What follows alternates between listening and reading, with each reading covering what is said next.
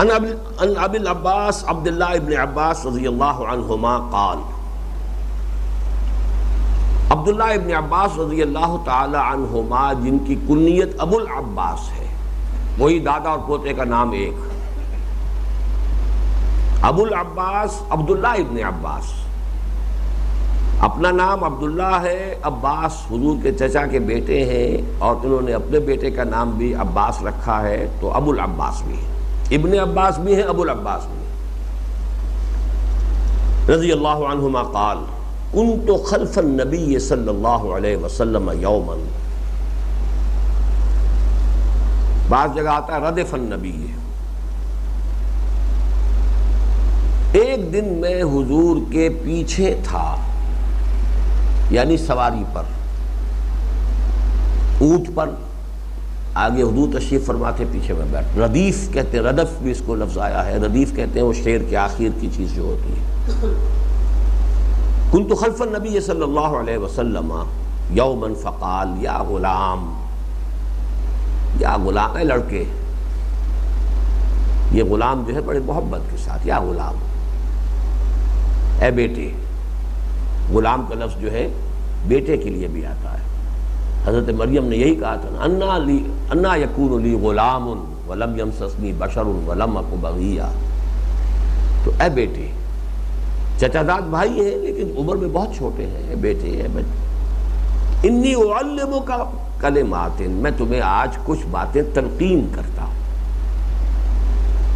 یہ ہے وہ تربیت، تزکیے کے لیے دین کی حقیقت کو چھوٹے چھوٹے کلمات کے اندر ادا کر کے، اور ایسے انداز کے جس سے دل کے اندر گداز پیدا ہو جائے اور ایمان کی اصل حقیقت منکشف ہو جائے۔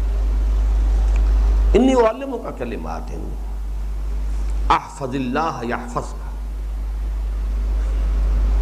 ہمیشہ اللہ کو محفوظ رکھو، اللہ تمہیں محفوظ رکھے گا، یعنی یاد رکھو۔ فاذکرونی اذکرکم،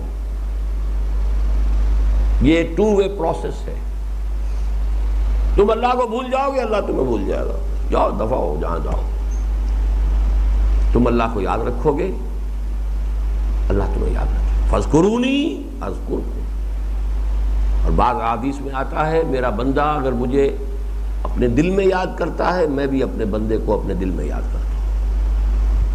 میرا بندہ اگر کسی مجلس میں مجھے میرا تذکرہ کرتا ہے، میں بھی اپنے بندے کا اس سے کہیں بہتر مجلس میں تذکرہ کرتا ہوں، وہ ملائکہ مقربین کی محفل میں ہوگا۔ احفظ اللہ تجدہ تجاہک،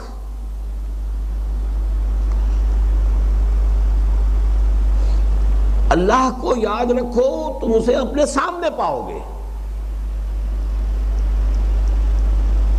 He is not far off. His help is readily available. یاد رکھو تو صحیح۔ یہ وہی بات ہے جو قرآن میں آتا ہے انی معکما اسمع و ارا، جاؤ موسیٰ اور ہارون ڈرو نہیں، لا تخافا انی معکما اسمع و ارا۔ حضور نے فرمایا تھا حضرت ابو بکر سے لا تحزن ان اللہ معنا۔ حضرت موسیٰ نے کہا تھا جب قوم نے کہا کہ یہ تو لشکر تو پیچھے آ گیا اور سامنے سمندر ہے، مارے گئے نا ہم، تو مروا دیا تم نے ہمیں، تو میں نے کلا ان معی ربی سیہدین، میرے ساتھ میرا رب ہے، وہ راستہ دکھائے گا، راستہ دے گا، چاہے سمندر پھاڑ کے دے گا۔ تو یہ ہے وہ معیت خداوندی کا تصور، اللہ کو محفوظ رکھنا، اللہ کو ساتھ رکھو اپنے، He will remain with you۔ اور جب یہ کہا کہ تم اپنے مومن بھائی کو کبھی ساتھ نہ چھوڑو، تو اللہ چھوڑ دے گا تمہارا ساتھ۔ کوئی شریف انسان جو ہے وہ اپنے ساتھی کو کسی خطرے میں چھوڑ کر نہیں جاتا، شریف انسان تو اللہ تمہیں چھوڑ کر چلا جائے۔ کمی ہے یقین کی، کمی ہے استحضار کی، کمی ہے توکل کی، کمی ہے تفویض کی۔ تم اپنے معاملات خود لے کے چلو بھائی، جاؤ تم، جاؤ اور تمہارا جانو اور تمہارا کام جانے۔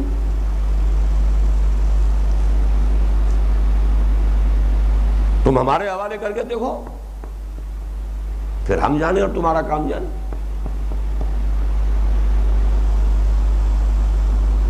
یا غلام انی اعلمک کلمات احفظ اللہ یحفظک احفظ اللہ تجدہ امامک اذا سألت فاسأل اللہ، جب کبھی مانگنا ہو صرف اللہ سے مانگو، کسی سے کچھ نہ مانگو۔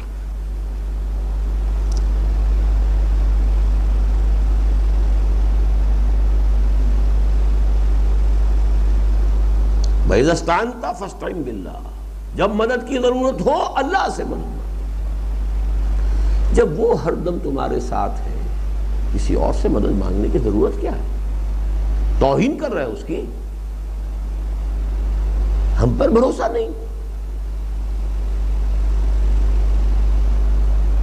وَعْلَمْ، اور جان لو، ان الامۃ لو اجتمعت علی ان ینفعوک بشیء لم ینفعوک الا بشیء قد کتبہ اللہ لک۔ جان لو کہ اگر پوری قوم جمع ہو جائے، ایڑی چوٹی کا زور لگا دے کہ تمہیں کسی چیز کا فائدہ پہنچا دے، نفع پہنچا دے، ہرگز نہیں پہنچا سکیں گے مگر اتنا جتنا کہ اللہ نے تمہارے لیے لکھ دیا ہو۔ یعنی اپنی امیدیں منقطع کر لو، میرا کام یہ کر دے گا، وہ کام کر دے گا، اس سے میری مشکل حل ہو جائے گی، اس سے میری جو ہے مصیبت رفع ہو سکتی ہے، یہ ذرا سی سفارش کر دے تو بس بیڑا پار ہو جائے گا، یہ ایک رکا لکھ دے تو بس ہو جائے گا۔ وہ ایک کا رکا کیا، ساری قوم جمع ہو کر تمہیں کوئی فائدہ پہنچانا چاہے تو نہیں پہنچا سکتے سوائے اس کے جو اللہ نے تمہارے لیے لکھ دیا۔ تو کیا فائدہ اپنی عزت نفس کا دھیلا کرانا، مانگنا کسی سے، کچھ نہیں ہوگا۔ تم نے اپنے آپ کو ذلیل کر لیا، مدد مانگ کر اپنے آپ کو حقیر ٹھہرا لیا، اپنی عزت نفس کو ٹھیس پہنچا لی۔ ہوگا وہی جو اللہ تعالیٰ کے علم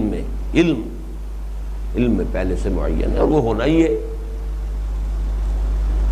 وَإِنِ اجْتَمَعُوا عَلَىٰ أَن يَضُرُّوكَ بِشَيْءٍ لَمْ يَضُرُّوكَ إِلَّا بِشَيْءٍ قَدْ كَتَبَهُ اللَّهُ عَلَيْكَ، اور اگر سب کے سب وہ جمع ہو جائیں کہ تمہیں کوئی نقصان پہنچا دیں، نہیں نقصان پہنچا سکتے مگر بس وہی جو اللہ نے تمہارے لیے پہلے سے لکھ دیا ہے۔ خوف ختم، امید ختم۔ خوف کس کا؟ He can't do any harm to me unless sanctioned by Allah۔ کیوں اس کے ہاتھ جوڑوں، کیوں گڑ گڑاؤں، کیوں خوشامد کروں؟ اب آج ہی خبر پڑھ لی آپ نے، خوش آمدیں کرتے گڑ گڑاتے، گولی تو مار دی 8 کو، جمے رہتے کھڑے رہتے، مرنا تب بھی تھا، مرنا یوں بھی تھا۔ 8 ہزارہ کے لوگوں کو کل گولی ماری گئی ہے، ایک گھر میں گھس کر کراچی میں، اور اگی ہزارہ کے علاقے میں وہ لاشیں پہنچی ہیں۔ نہ معلوم کس کس طرح کی قیامتیں پاکستان میں آنے والی ہیں، کیا رد عمل وہاں ہوگا۔ کوئی طاقت ہے کہ جو پٹھانوں کو اور سرحد کے جو لوگ وہاں آباد ہیں کراچی میں اور وہاں کے مہاجرین کو لڑانا چاہ رہی ہے۔ کوئی بیرونی طاقت ہے، اندرونی طاقت ہے، MQM ہے یا ایجنسیز ہیں، واللہ عالم، اللہ جانتا ہے، لیکن یہ ہو رہا ہے۔ اس وقت صرف تذکرہ یہ تھا کہ ہاتھ جوڑنے سے کیا حاصل۔ رفعت الاقلام وجفت الصحف، قلم اٹھائے جا چکے ہیں اور سیاہی خشک ہو چکی ہے۔ یعنی اب یہ وہی آ گیا اس حدیث کا، علم خداوندی میں ہر شے طے ہے، لکھا جا چکا ہے اور قلم اٹھائے جا چکے ہیں۔ اسٹاپ رائٹنگ، پینز ڈاؤن، اور سیاہی بھی خشک ہو چکی ہے۔ جفت الصحف، صحیفے خشک ہو چکی۔ رواہ الترمذی وقال حدیث حسن صحیح، وفی روایت غیر الترمذی احفظ اللہ تجد امامک تعرف الی اللہ فی الرخاء، یعنی یہ الفاظ اضافی ہیں، اللہ کو اپنے پاس رکھو، اپنے ساتھ رکھو، اپنے ذہن میں محفوظ رکھو، اپنے دل میں مستحضر رکھو ہمیشہ اپنے سامنے موجود پاؤ گے۔ تعرف الی اللہ فی الرخاء، جب تمہارے لیے سہولتیں ہوں، آسانیاں ہوں، خوشیاں ہوں، اس وقت اللہ کو یاد رکھو گے۔ یعرفک فی الشدہ، وہ تمہیں یاد رکھے گا جب تم کسی مشکل میں ہو گے، اور جب تم نے اپنی آسانی میں اور عیش میں بھول گئے، ظفر آدمی اس کو نہ جانیے گا چاہے کتنا ہی ہو وہ صاحب فہم و ذکا، جسے عیش میں یاد خدا نہ رہی، جسے تیش میں خوف خدا نہ رہا۔ یہ بہادر شاہ ظفر آخری تاجدار، وہ تاجدار ہند کے تو نہیں تھے، لال قلعے کے تھے، صرف تھے تو تاجدار۔ وَاعْلَمْ أَنَّمَا أَخْطَأَكَ لَمْ يَكُنْ لِيُصِيبَكَ، یہ سب وہ سورۃ تغابن کی بحثیں ہیں۔ جان لو جو چیز تم سے چھٹ گئی، رہ گئی، جو تمہارے نشانے سے خطا ہو گئی، یا تمہارا نشانہ خطا ہو گیا، you wanted to get something, you couldn't get it، وہ نہیں ملنے والی تھی تمہیں۔ اب پیچو تاب نہ کہو، ذرا سا میں نے یوں نشانہ کر لیا ہوتا تو بیڑا پار ہو جاتا۔ کرتے رہو، keep on brooding, nothing doing، یہ ہو سکتا ہی نہیں تھا۔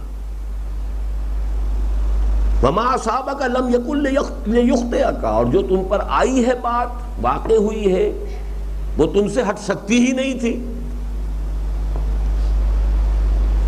اس کا یہ نتیجہ نہیں ہونا چاہیے کہ آپ کوشش نہ کریں یا مصیبت سے بچنے کی سعی نہ کریں، اپنی سی کوشش کیجئے، لیکن ہوگا وہ جو اللہ تعالیٰ کو منظور ہے۔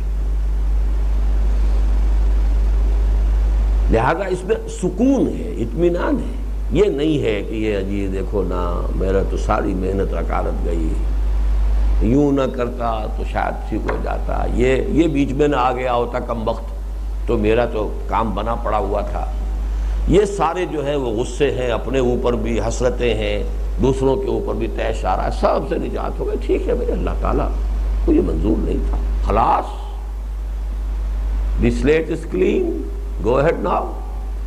ورنہ کتنا آپ کا وقت، کتنی صلاحیتیں جو ہے، پھر ٹرینکولائزرز کھائیے، پھر کوئی سیڈیٹیوز کھائیے، پھر وہ اینٹی ڈپریسنٹس کھائیے، کچھ اور کھائیے، اینٹی ڈپریسنٹس نے کوئی اور خرابی پیدا کر دی تو پھر اب اس کا کوئی دوا کیجیے، ان چکروں میں پڑنے سے نجات ہو گئی۔ بروں کشید ز پیچا کے ہست بود مرا، چوک دہا کے مقام رضا کشود مرا۔ اللہ کی رضا پر راضی ہو جاؤ تو کیسے کیسے عقدے حل ہو جاتے۔ وَاعْلَمْ أَنَّ النَّصْرَ مَعَ الصَّبْرِ، اور جان لو اللہ کی مدد صبر کے ساتھ آتی ہے۔ ان اللہ مع الصابرین، یہ نہ تم سمجھو کہ بس ادھر سے حملہ ہوا، ادھر سے اللہ کے فرشتے آ کے تمہاری طرف سے دفاع کر دیں گے۔ پہلے تمہارا امتحان ہوگا، تم کتنے کچھ کھڑے رہتے ہو، تمہارے اندر بھی تمہارے ایمان کا بھی تو کچھ ظہور ہو، تمہاری سرفروشی کا بھی تو کوئی ثبوت ملے۔ صبر کے ساتھ نصر ہے۔ وَإِنَّ الْفَرَجَ مَعَ الْكَرْبِ، اور تکلیف کے ساتھ ہی کشادگی بھی آتی ہے۔ وَأَنَّ مَعَ الْعُسْرِ يُسْرًا، یہ اب قرآن مجید کی آیت کے ساتھ جوڑ دیا حضور نے، تنگی کے ساتھ آسانی ہے۔ إِنَّ مَعَ الْعُسْرِ يُسْرًا، یقیناً تنگی کے ساتھ آسانی ہے۔ تنگیوں کے لیے تیار رہو تو اللہ تعالیٰ کی طرف سے آسانیاں بھی آ جائیں گی۔